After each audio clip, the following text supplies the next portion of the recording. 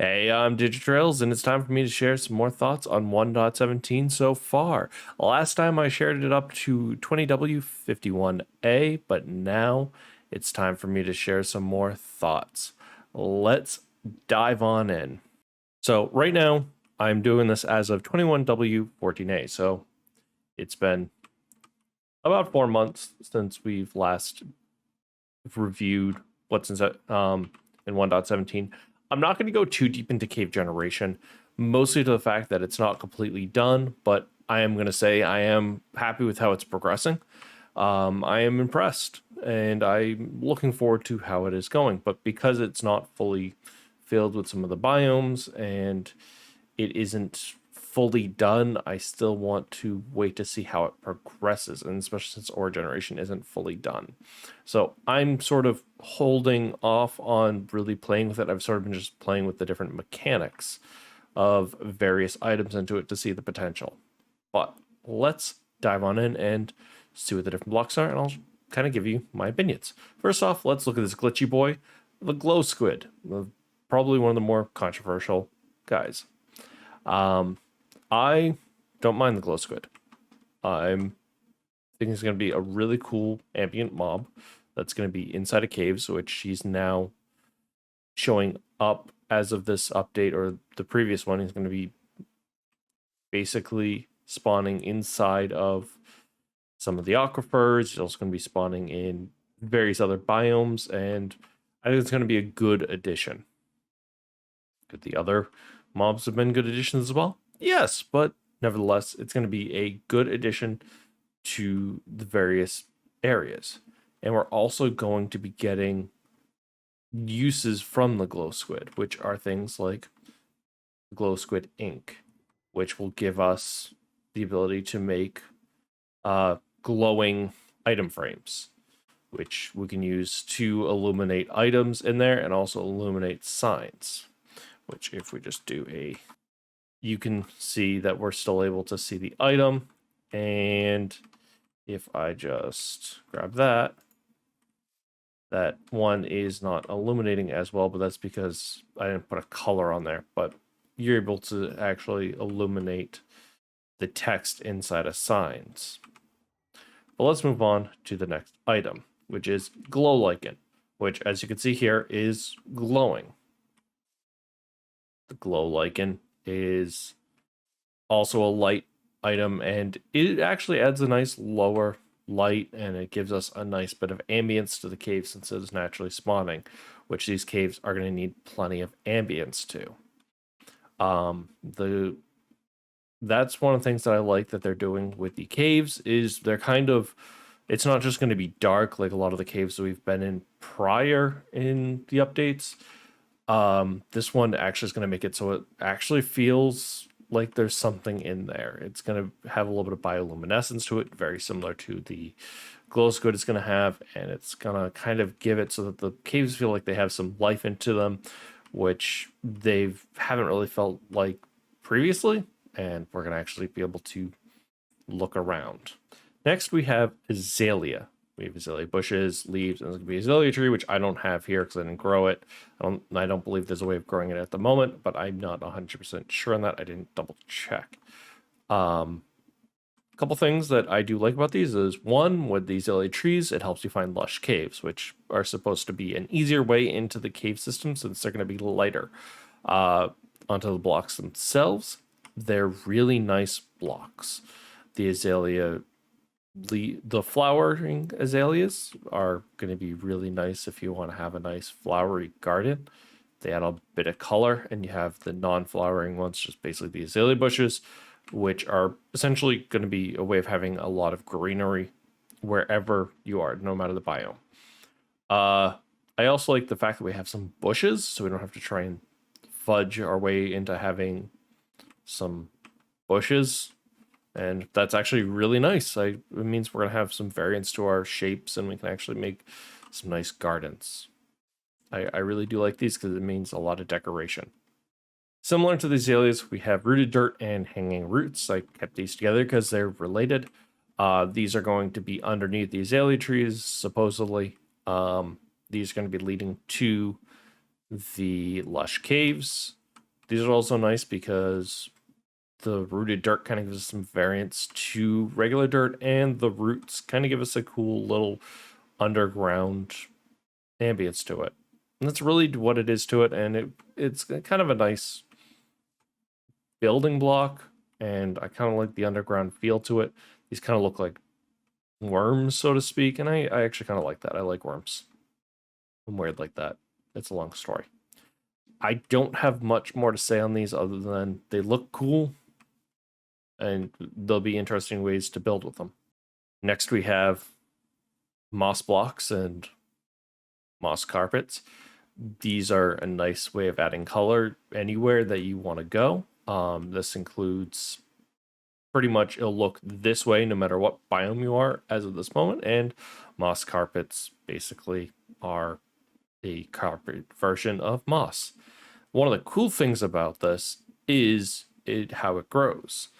So it can feed through most organic material. And when I say organic material, I mean stone, sand, dirt, and it's a way of excavating through it, but it will not eat through ores.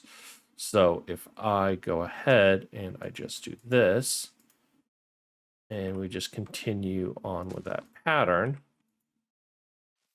it ate through all of those, but left the ore behind. And that way, it's a good way of excavating out an area. Essentially, it wouldn't eat through this material, and actually wouldn't eat anything vertical. So it'd be a good way of digging down if you had plenty of it, and it would allow you to actually just take out anything that isn't ores. So that's sort of a good way of making sure that you dig out an area and keep the ores for yourself. And I think it also, again, looks nice. It's a good way of making a nice garden. And I really don't think this is overpowered. Some people do. And honestly, the reason being is because it's going to take a lot of time if you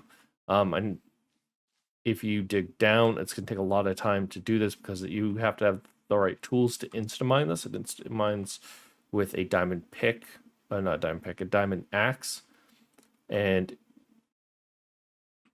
you basically have to put in the time and work. And time and work aren't overpowered. It just, which people tend to misconstrue with putting in hard work is overpowered. Remember, if you put in the time, you can get it done. It's just, that's really what it is. You just need to put in the time. Versus like with a beacon really is really hard to get versus a moss. You won't get any of the stuff that you dig out with this. Like the moss will go back into making the bone meal, and the bone meal will be going back into making digging out the area. So only thing you'll get is the ore. And for someone who's saying in a single player world, maybe those resources would be useful to you. So it's sort of a 1-for-1 type of thing. You think of it in one way or the other. Next, we have the Dripleaf block. You have the small Dripleaf and big Dripleaf. Small basically being this one, and the big one is this one. Generally, this can only be planted in water or in, if it's on dry land. The small one can only be planted onto various blocks similar to clay. The big Dripleaf is great for parkour, as in you can basically stand on it and it will break as you stand on it.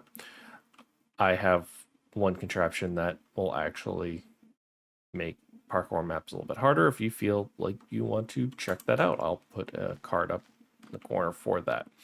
One of the things is you can lock this with redstone, so if you stand on it, it doesn't move. The other cool thing with this is as you have snow, like if you have any projectile and you hit it, it does this.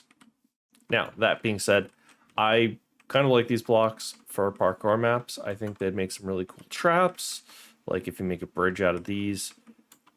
I just think these will make some really, really cool parkour maps. The only thing is you have to have really good timing with these because I find if you don't jump immediately afterwards going on it, it affects how you jump. So it's going to take some people who are really good at making parkour maps to be able to make a decent parkour map with it.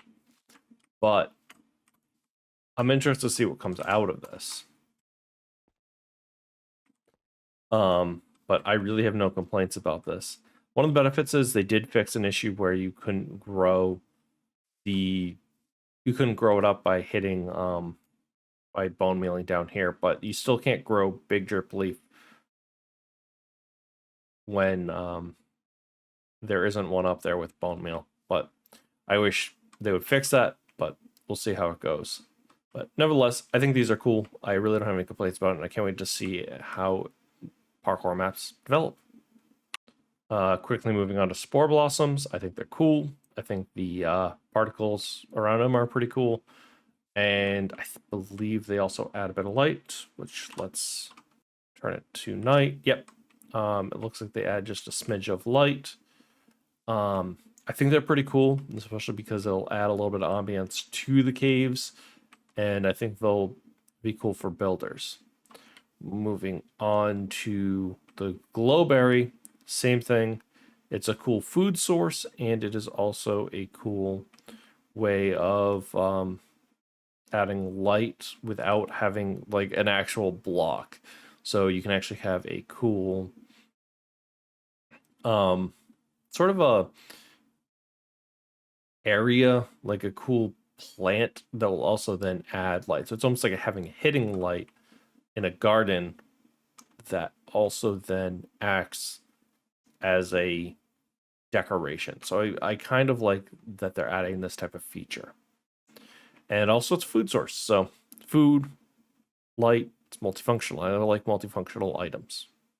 Moving on to Deep Slate and its variants, which was earlier called Grimstone. I like these blocks. I actually really like how they look. They're dark. I don't know. I just really like how these look. Pretty much all the variants of it. And I'm trying to figure out, I'm thinking of building with these in the next, after the update comes out. I'm still trying to figure out how I'm going to do it. But the problem is these don't instamind. So it's going to take a lot of work to mine them. But I think they look really, really cool, especially some of the polished and chiseled variants. So these are really, really cool style of block. And I think we could get some really cool darker builds out of them. So it's something I'm interested to see how builders really design things out of these.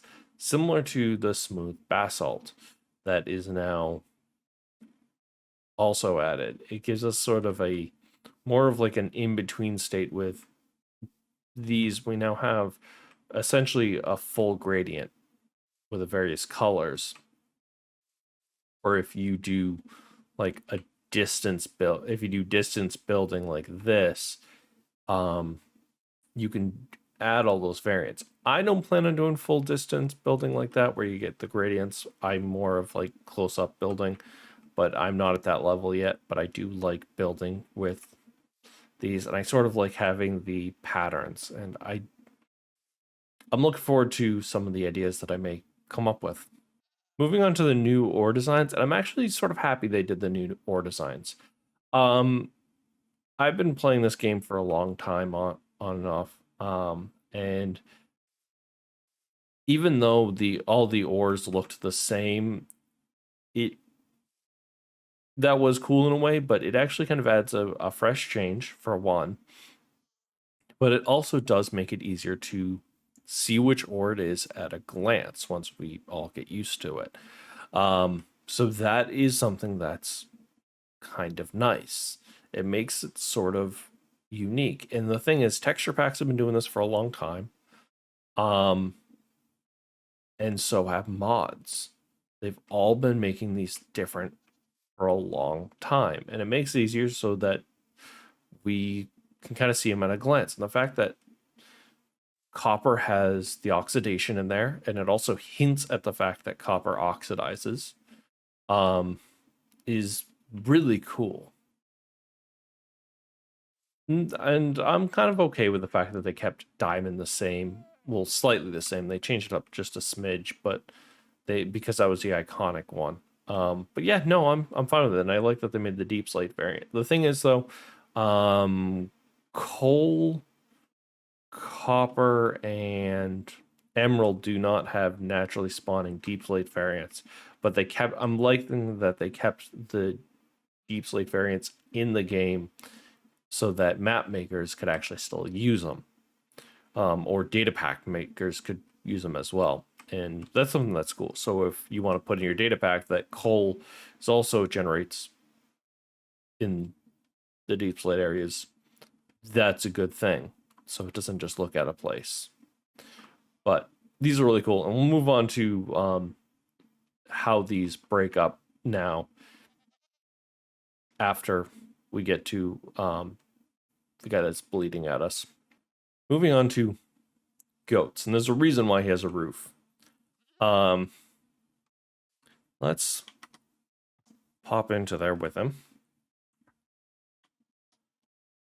And the reason why he's in a pen with a roof is because this little fella is goat number 3. The other 2 escaped.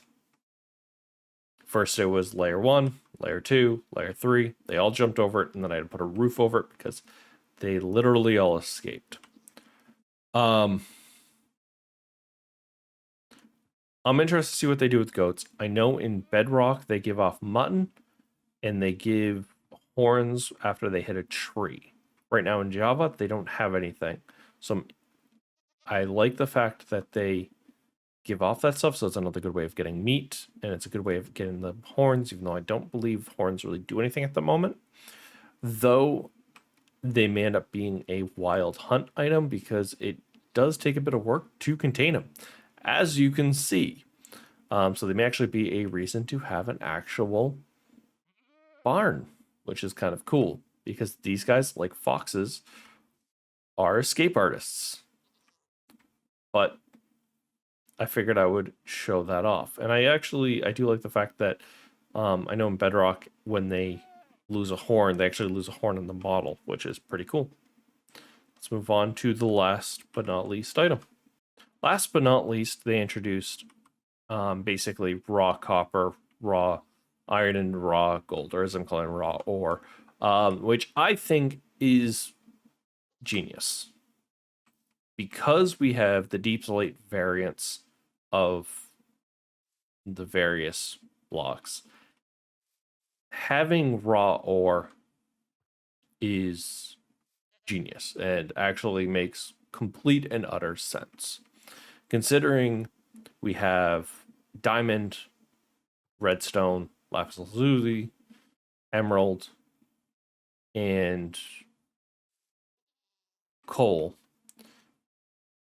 These blocks are the only ones that don't already do this. They don't break down into a least common denominator, basically. And this is going to help with the inventory issue. And I know people say, well, we could just increase the inventory, but that won't fix it. That will definitely not fix it. And I kind of want to make a video on it, but I haven't figured out how I want to do a video on it. But doing things like this, where we have items break down to a least common denominator, this will help relieve some of the issues. It's giving us essentially a least common denominator between two items that are basically the same. They just have a variant. The other thing is, because we can possibly fortune these, we'll also be able to get more. And the fact that we always could use more iron, we could always use more copper, because copper makes a lot of cool items. As you can see with my signs, having a decent amount of copper or even iron will take us a long way, and it may ease the need for things like iron farms, where we may still need iron farms, and that's fine, but allow you to get, at least in the early game, a decent amount of iron or a decent amount of copper or even gold. And the fact of that is you wouldn't then need, and I do mean need, one of those farms. You could actually have an incentive to go mining because you could actually get a lot of these items via a fortune pickaxe and possibly get more of them via a fortune pickaxe than you would via a smaller farm. So it gives us an incentive to go mining because we can get possibly more via mining. So it's an idea. Let me know what you guys think and what your opinions are. These are essentially my takes on these various items. And like I said, I'm still sort of holding judgment on the cave generation, but so far I am happy with it. I'm looking forward to seeing how it progresses. And obviously the mountains haven't generated in Java yet, so I am looking forward to seeing how that generates. But I am happy with 1.17's progression so far, and it is making Minecraft better. Minecraft is already a good game as is, but it is becoming a better game so far.